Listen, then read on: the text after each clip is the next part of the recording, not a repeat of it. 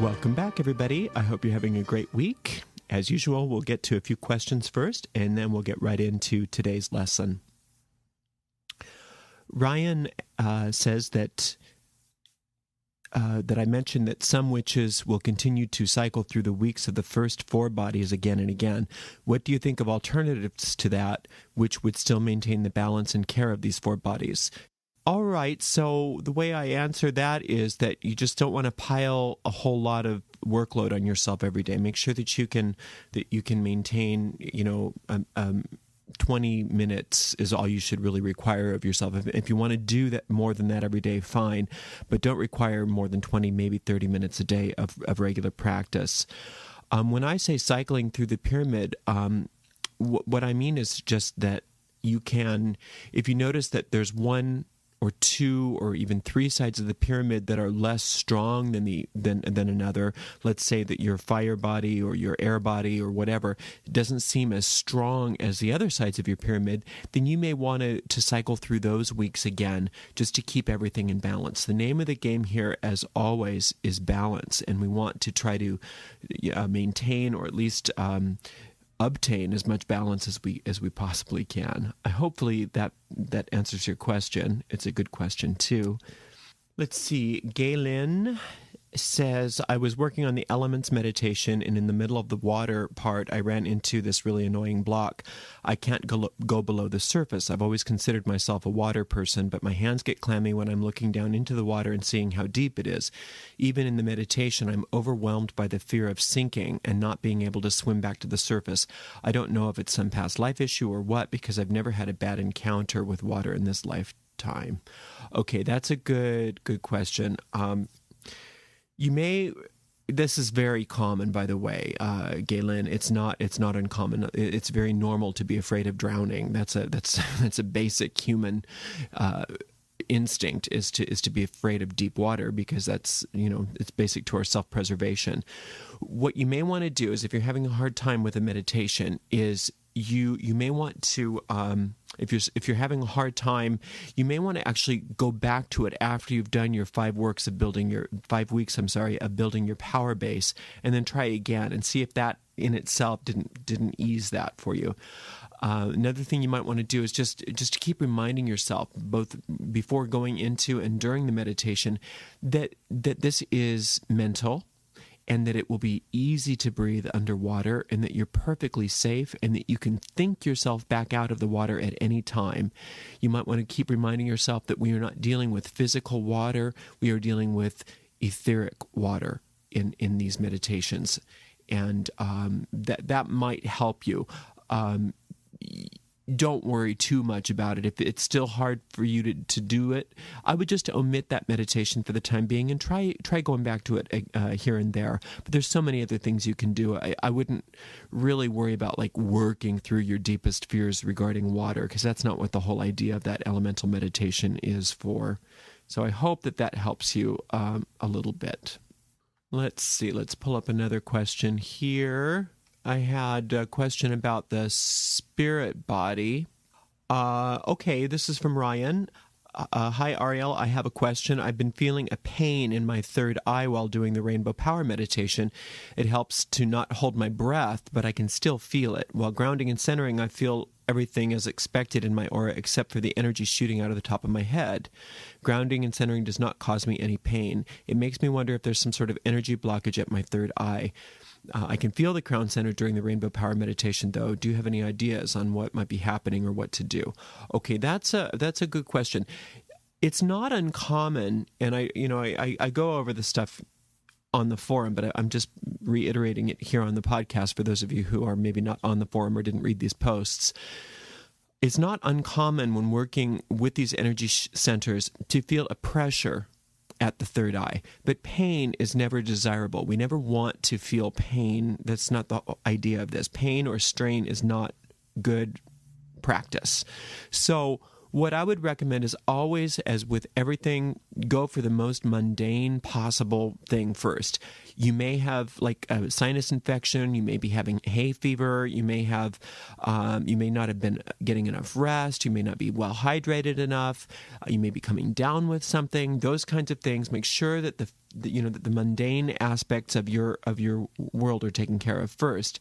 After that, I would recommend that maybe you do what you had suggested and you were describing is go through the meditation just as a visualization exercise without doing any of those breath control techniques, just visualizing each energy center in turn and see if that doesn't ease the discomfort. If you're still feeling discomfort, I might recommend that you just omit this meditation for a while, go back to doing some basic things like the grounding, centering, orb of light, definitely spiritual purification exercises, and maybe just memorize the balancing of the bodies.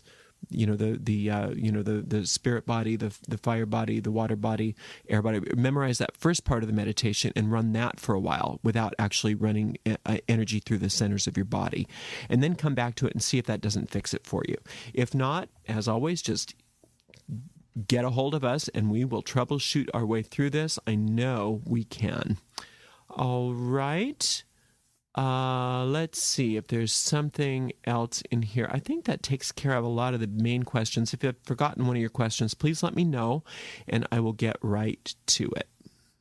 All right, so you've been working with some basic spell casting, and we're going to start now trying to refine how you work. And the first thing that we want to do is talk about the timing of your spells.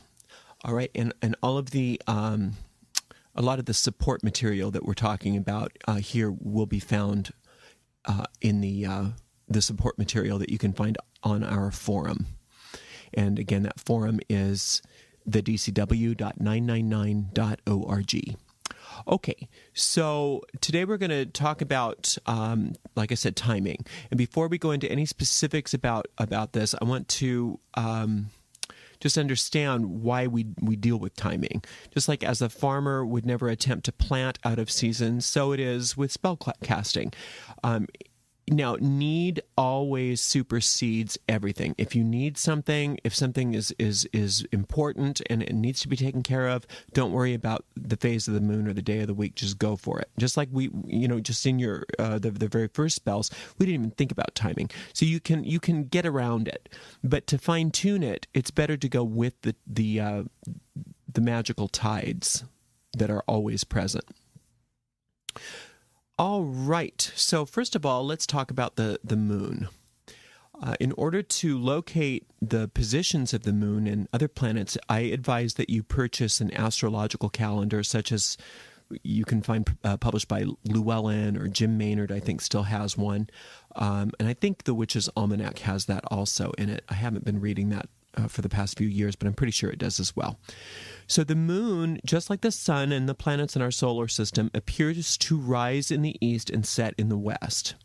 So when the sun and moon are rising and setting together at the same time, what the astrologers would call this conjunct, the moon is invisible to our eye. And in the craft, in the way that I teach the craft, we call this the dark moon.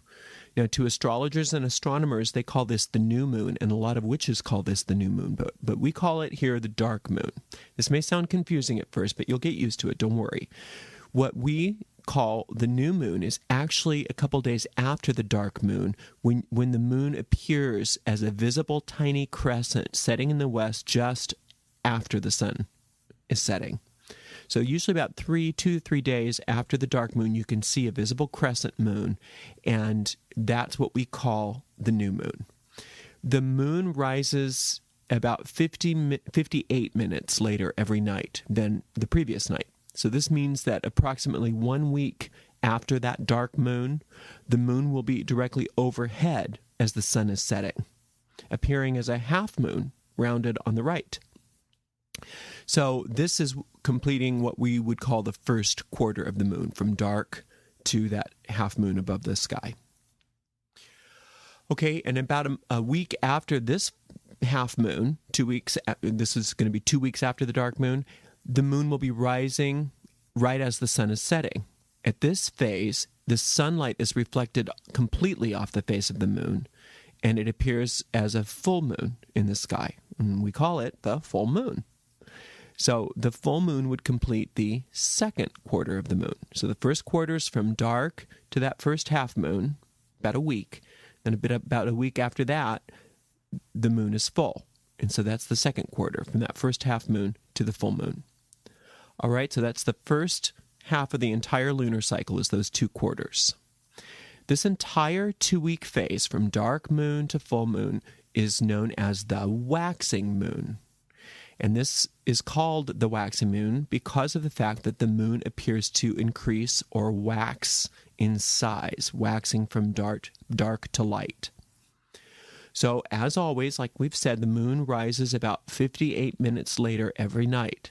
So that about a week after the full moon, the moon will rise in the east right in the middle of the night. And it appears once more as a half moon, but this time it's rounded on the left side. This is completing the third quarter of the moon. So just under a week after completing that third quarter, the moon appears as a tiny little crescent with its horns pointing to the right and rising just prior to sunset. And the old term for this is the old moon. The old moon, that little tiny crescent with the horns pointing to the right. A day or two after the old moon, then the entire 28-day cycle is completed as the moon returns to the dark moon once again, and that ends the fourth quarter of the moon. Hopefully this makes a little sense. If not, just keep re-listening to this. Okay, that period of time between the full moon and the dark moon is referred to as the waning moon, and that's because the appearance of the moon is decreasing or waning in size.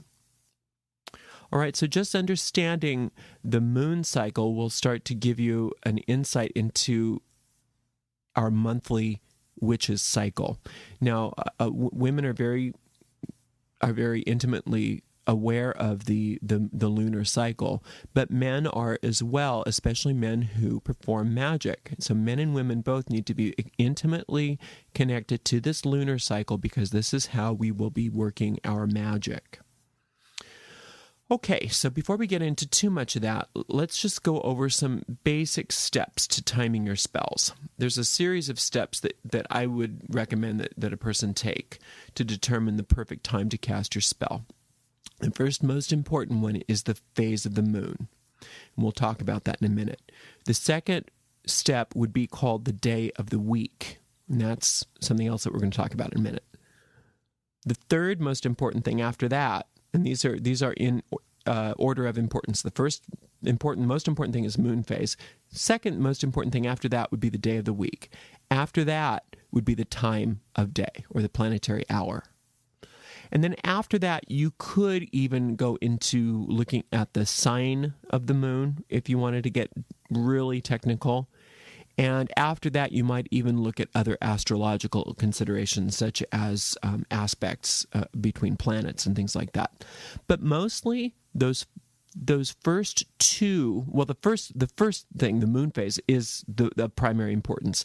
But the day of the week would be another good one after that. And then maybe after that, the planetary hour. Those three things are the things that you're going to probably most often concern yourself with. The moon phase being the most important. You can forget about everything else other than the moon phase if you have to. Then after that, like I said, the day of the week and the planetary hour. Let's talk about the moon phase first. Spells cast during the waxing moon primarily are those that deal with increase and expansion, whereas spells that are cast during the waning moon deal with decrease and introspection, or also release. For instance, a spell to meet a new lover might be cast during the waxing moon. During the waning moon, a spell to banish depression might be appropriate. The moon phase, like I said before, is the single most important factor that you got to get around.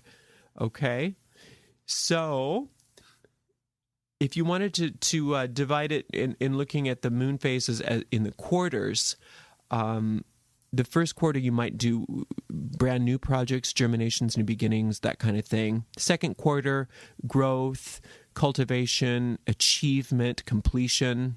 Third quarter is harvest, kind of taking profit kind of thing, starting to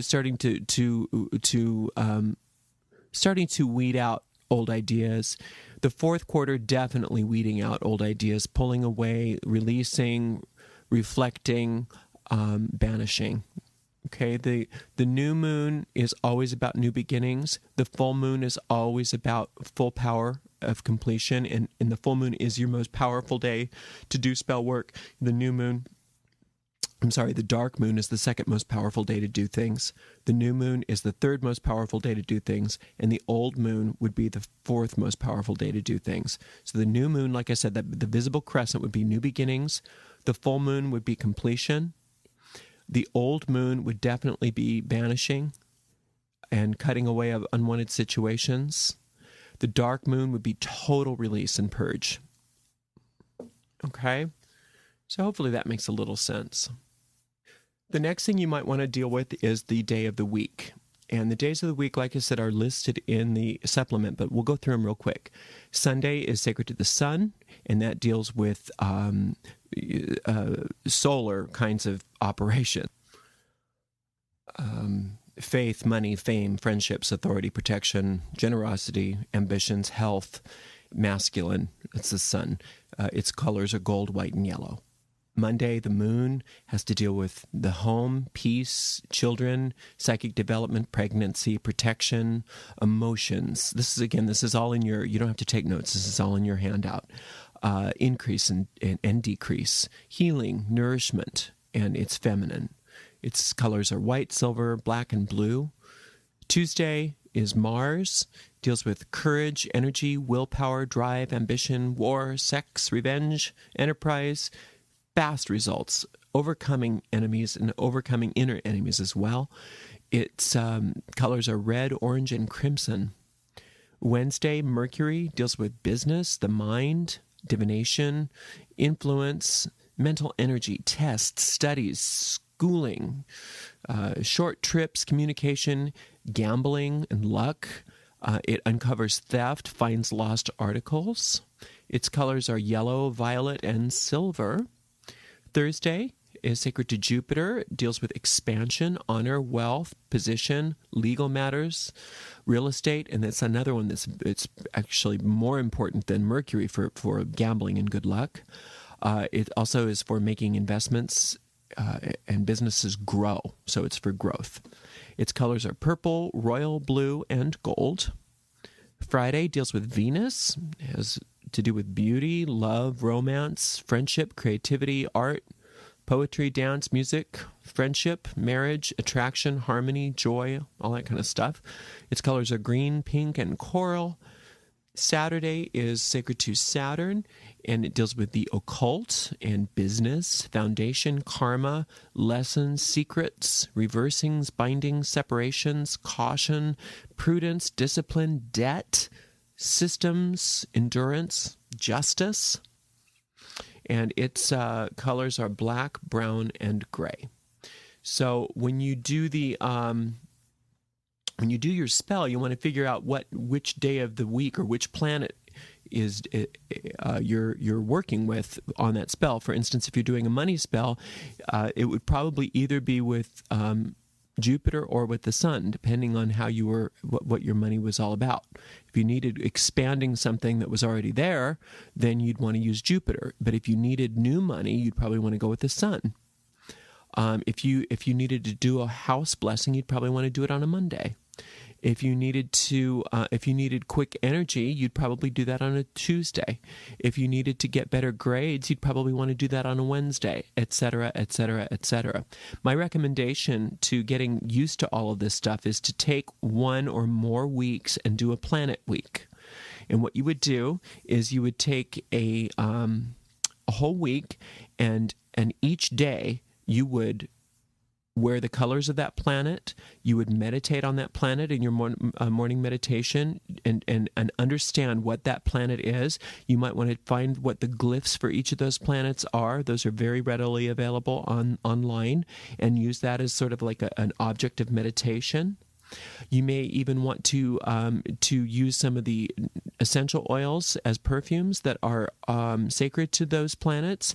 Or even easier is if you have this is something that anybody can do, is just if you're into cologne or perfumes, commercial perfumes, you can get a collection of 7 different colognes or perfumes that you feel exemplify those 7 planets, and wear that as your perfume each day or when you're working that spell. For instance, Sunday, you may want to use something that's got a lot of sandalwood in it.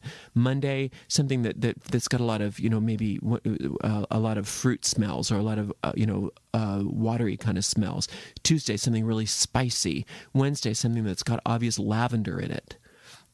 Thursday, you'd probably want to do something that's got a lot of, a lot of woodiness, woody green, cedar type smells are great for Thursday. Friday, obviously your florals and your musks and your passionate kind of sexual fragrances. Saturn, all of your leather scents would be great. Anything that's got civet in it as a note, and all of your perfumes. The notes are readily available, online or a lot of times. When you go to the department store, you can say what are the basic notes, and you can figure it out, or just smell it on a card and say, what does this remind me of? Because that's what's most important, is what does this remind me of? Is this more Mercury or is this more Moon? Does that make sense? So try that with it.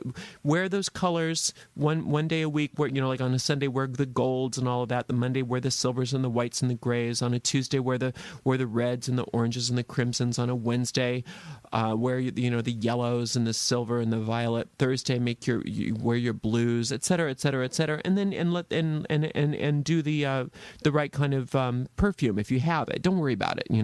If nothing else, if you don't have the perfumes, then just try to do your best to meditate on each planet every day, so that you start to get a sense of what these planetary energies mean and get a very intimate understanding of what these planets mean. Because working with the planetary energies and the days of the week, along with the phase of the moon, is going to be the most powerful thing you can do.